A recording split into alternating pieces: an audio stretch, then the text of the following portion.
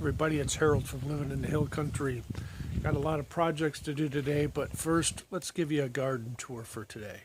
Life, liberty, and the pursuit of happiness, right here in the Hill Country of Texas.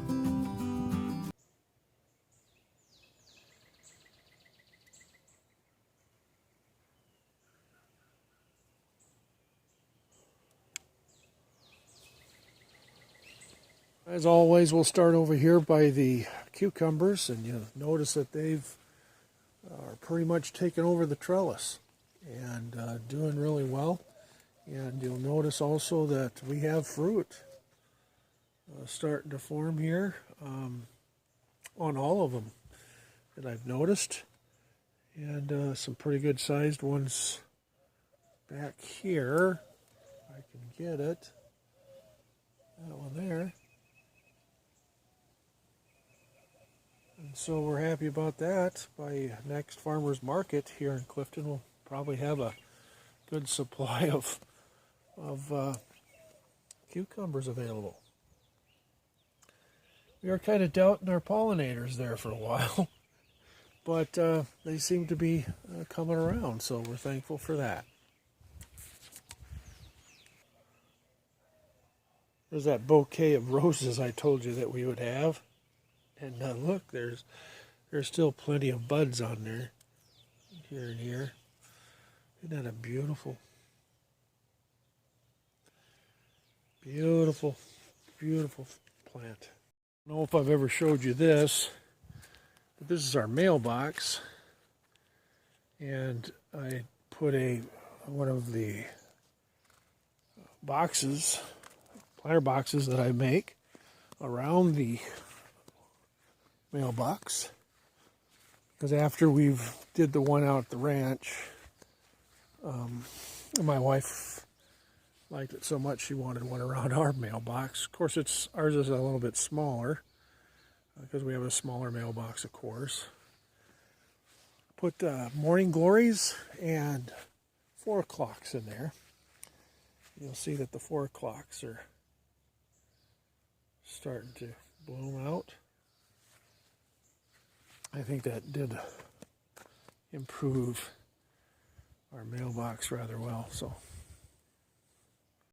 the flower baskets on the porch or on the patio here are blowing up. I see the Alaskan nasturtiums, marigolds, bachelor buttons, 4 o'clocks. They're all doing really well, starting to bud out here, so we're going to be seeing some more flowers. Even the marigolds are doing well. The nasturtiums have been blooming. We're just waiting on the other plants to start showing their colors, so we should see that rather shortly, and without complaint, I might add. So kind of happy the way things are going here. This, of course, takes us over to the cannas, which are doing really well. They're going to be taking over this whole area. Probably by next year, they'll take up that whole area there. So we'll have to split them off and transplant a few of them, I'm sure. Now let's get over here to the hanging baskets, and look at there, 4 o'clocks.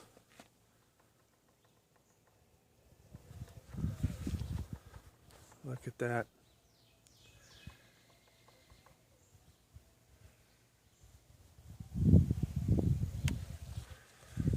Get up here and get a...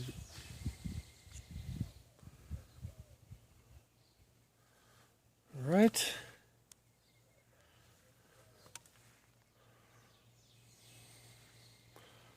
Marigolds, nasturtiums, moonflowers. There's some, let me turn this one around here.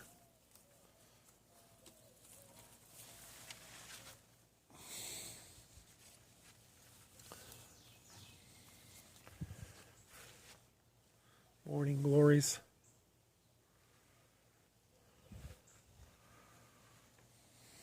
Doing really well. I need to trim them up, kind of clean them up a little bit. My first year of really having hanging baskets, and I did okay. I could do better, and I think I just need to clean these up. I had no idea that cosmos would become like a tree almost in there, so we're going to clean them up and see what we can do to try and make them look better than they look now, and maybe they'll sell better at the farmer's market. So anyway, here we are over here at the Ace 55. Nice tomato on there. And, then here's, we have another Ace 55 here. And the one, this is one where the Marglobe used to be, and I took the Marglobe out of there and put this Ace 55 in here, and it seems to be doing a lot better. It's really throwing out the blossoms here, and hopefully pollinators will catch on to that, and we'll start seeing tomatoes come off of that. And our strawberries starting to do the strawberry thing. Give us what we're asking. I've held them back a little bit by clipping them so that they can fill out, as you can tell. And now they're getting ready to produce the fruit that we asked them to produce. So we're happy about that. Mamma Mia Giallo peppers. Look at those. Look at those peppers. Beautiful. Beautiful pepper. That'll start turning yellow. Once they turn yellow, they'll be about time to harvest. And we can have some stuffed peppers.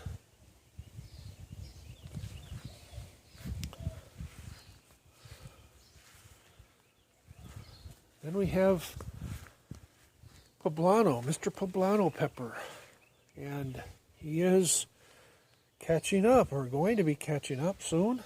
He has, let me get over here where you can get a better shot of it. Get on this side. Get on the, there we go. And same type of pepper as the Mamma Mia, just darker green. And we'll just wait for these guys to start filling out and get to be about the size of the Mamma Mias, and then we can harvest them. Have some stuffed peppers as well.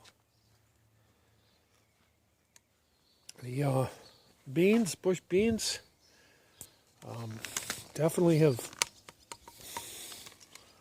taken over this 4x8 foot raised garden bed and trellised themselves up the shade cover framing, or the greenhouse framing I have put on there, and pretty much have just taken over, and we're happy to see that. Putting on quite a few blossoms. We should be able to harvest quite a few bush beans off all that, so we're happy about that. Floridade tomato. Just filling out, just beautiful as ever. Putting on a few more tomatoes here. You'll see. And we have the Super Sue. The Super Sue has put on some more tomatoes as well. She's had that one down there for a while. We're waiting for that one to ripen up, but since then she's put on probably 4 or 5 more. So we're happy about that.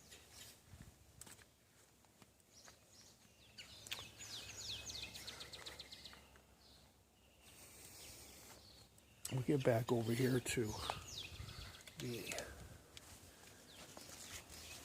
beefsteak tomatoes. You notice I trimmed the bottoms up a little bit. I need to get them some breathing room, good airflow through there. And they've thrown on blossoms, but I haven't seen any fruit begin to form as of yet. So we're waiting patiently for that. And here's the other beefsteak, filling out that cage really well, but yet still no fruit off of that as of yet. So, and we get to the sweet corn. Sweet corn's pulling about 7 feet. Tassel's up about 7 feet now. Looking really, really healthy. Producing ears of corn. And just really happy to see how it's doing.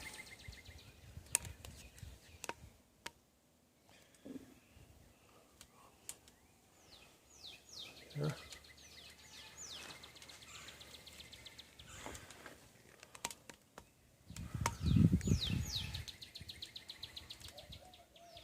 Those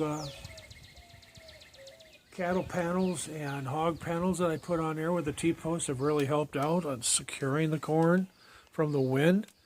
And so that's probably going to be the practice moving forward whenever with my sweet corn.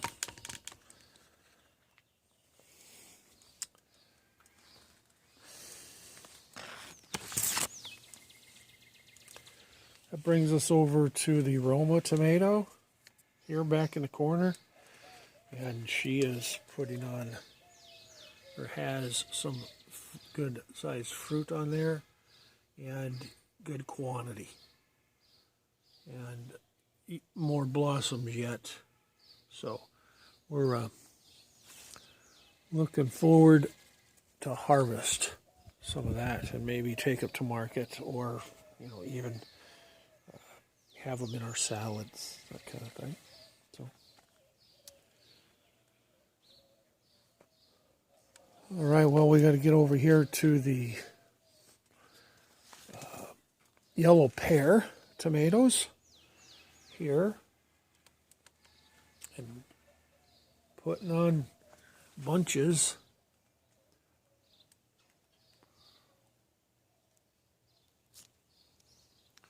Bunches of fruit.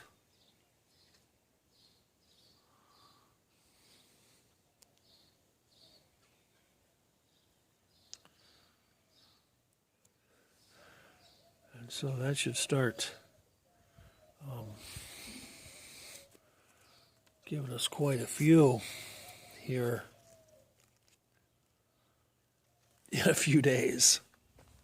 And here's some more here. Yellow pear. And then we have some Roma tomatoes. Whoops. There's some Roma tomatoes on this side, right next to the marigold. And no fruit on this one yet, but we do have the blossoms on there. This Roma here has some fruit. Doing really well. And planting them in the 9-inch buckets, or 9-inch pails, or 9-inch pots, however you want to put it, is working really good. And I think that might be practice for me going forward in years to come. Wait till they get transplanted into the 9-inch, continue to protect them, and then before transferring them out to the garden area. Doing really well. Brandywine, no fruit showing yet, but we definitely have some blossoms there. And okra. We have the Louisiana green velvet here.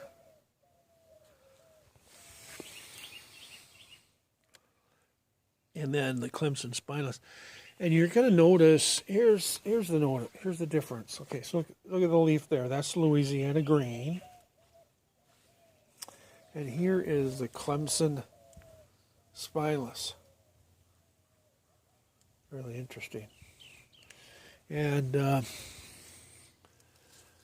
they are putting on fruit and blossoms, of course. I wish I had one that was opened up, but they just are a beautiful flower when they're opened up, but we don't have one. There's one there ready to open, but has to warm up a little bit. Sun needs to come up a little bit more. We had some rain last night, which we're very thankful for, because it just really helps with our garden. And it's just a little bit chilly this morning, but the sun will be coming up and we're out, and it'll warm up. So, and then here we have some of our. Whoops. Here we just have some of our hanging baskets with flowers like bachelor buttons and marigolds. And I think these, who knows what these are, maybe 4 o'clock. Zinnias maybe. Those are strawberries there. Another strawberry plant there. More marigolds here. We get over to these hanging pots. We have the zinnias, which, like, they're wanting to flower. Morning Glory, the tricolor. I've noticed that they are not very fast producing. They don't grow very fast. But, anyway, these are the tricolor, or the Jolly Jester marigolds there. And I think they're a little bit dormanted, I guess you could say, because they're in the smaller hanging baskets. And the 4 o'clocks there, forget-me-nots, and then the nasturtiums. There's some more 4 o'clocks.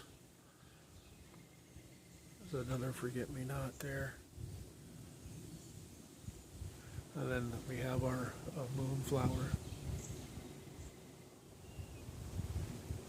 And that's marigold, I think, or a morning glory. And then another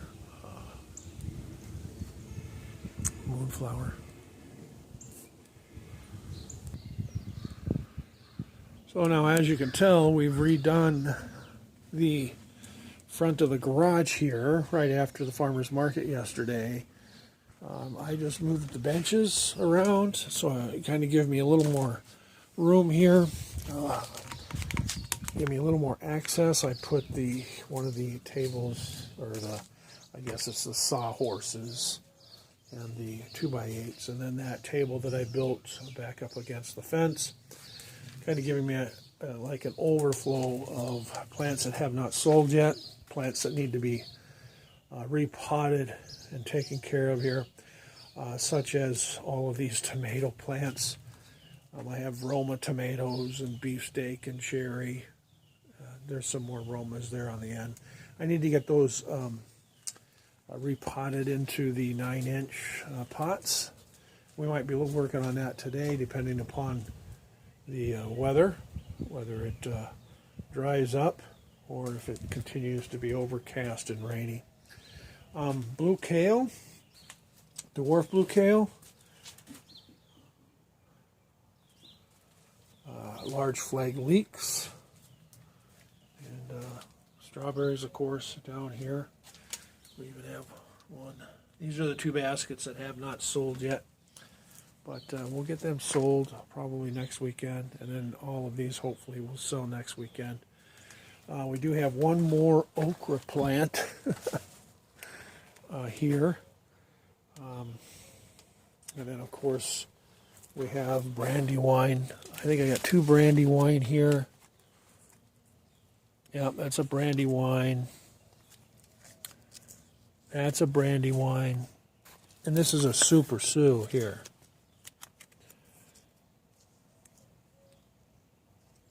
Yeah, the Super Sioux. And we'll just baby them along. I'm not gonna. I'm debating on whether or not to pot them up any further.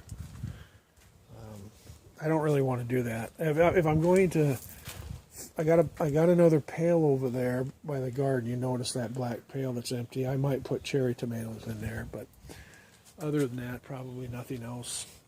Cosmos in the wooden box there, they're doing really well. They're doing better than the ones that are in the baskets, of course. I'm just going to keep that going here and see what that does. I've never seen Cosmos.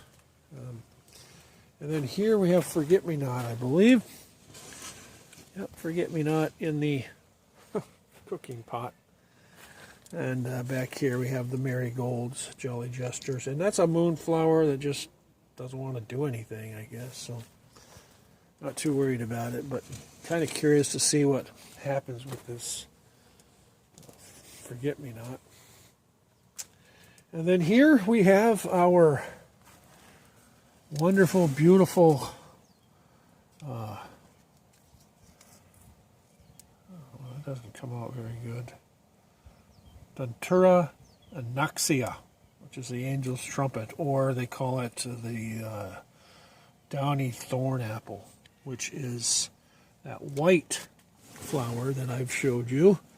And these are the not really cuttings. I kind of dug them up the ranch, and that one seems to be doing really well, other than a little bit of a brown there on the leaf, and maybe a couple of chew marks from snails or whatever might be chewing on them. They put out pretty flowers. I don't know if these will be able to continue that this year, or if they'll just stay dormant, develop their root ball, and then produce next year or not. But whatever the case might be, we're going to keep them and nurture them and see what comes of them. I'm excited about it. And they're going to be back here. They're going to remain back here, out of the way. But nevertheless, they prefer partial sun, so I need to find more of a shady area for them. But until then, this is where they remain. So that brings us to the last portion, and that's the in-ground garden behind the shed. So as we travel on our way back to the in-ground garden, I just want to say I'm really happy that it rained, because my rain barrels were getting low, but now it looks as if that they're pretty full, or at least halfway full. No, you can't see it, but they're they're at least halfway full that I can tell. So they're better off than what they were. So at any rate, so here we are. Here's the overview. The watermelon and the squash.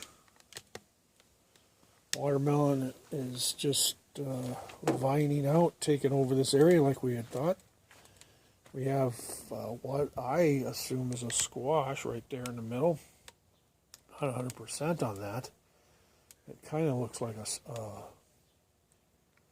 squash leaf. We'll see. And then look at that vine there sticking up there. That's a watermelon vine. And look, we got fruit there starting. So wonderful. And there's some more blossoms on the yellow crookneck squash. So we've already taken about 12 squash off of these plants, sold them at market, ate one or two of them, and it looks like we have another one down here that is ready to come off of there. Maybe just another day, just to get it a little bit chumpier, a little bit fatter. But yeah, that one will be coming off. You just gotta love the yellow flowers that they put out. Their blossoms, flowering. And we're gonna get another one over here. See if I can get it in there. Yellow. That one in another day or two will be ready as well. So hopefully we'll have some squash for market when we go to the farmer's market next week. And here's the in-ground sweet corn. It's up about 5 foot high, maybe 6 foot at the tallest one. Has not, I don't see, well, yeah, it has started putting some ears on. Here's one, or yeah, ears of corn. Here's one here. Okay. And there's a couple more over here.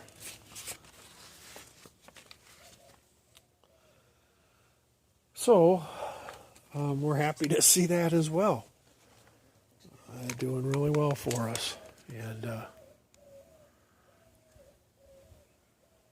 think that the harvest is going to be good this year.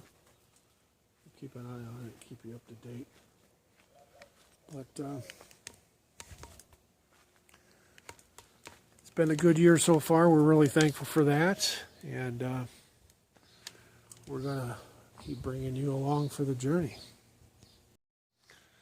So hey, look, thank you for coming along on my tour of my small backyard garden. I appreciate your time. I appreciate your support by watching this video, and your subscriptions and your thumbs ups and comments and all that stuff. Really appreciate that support. And as always, God bless you, and I hope you have a wonderful day.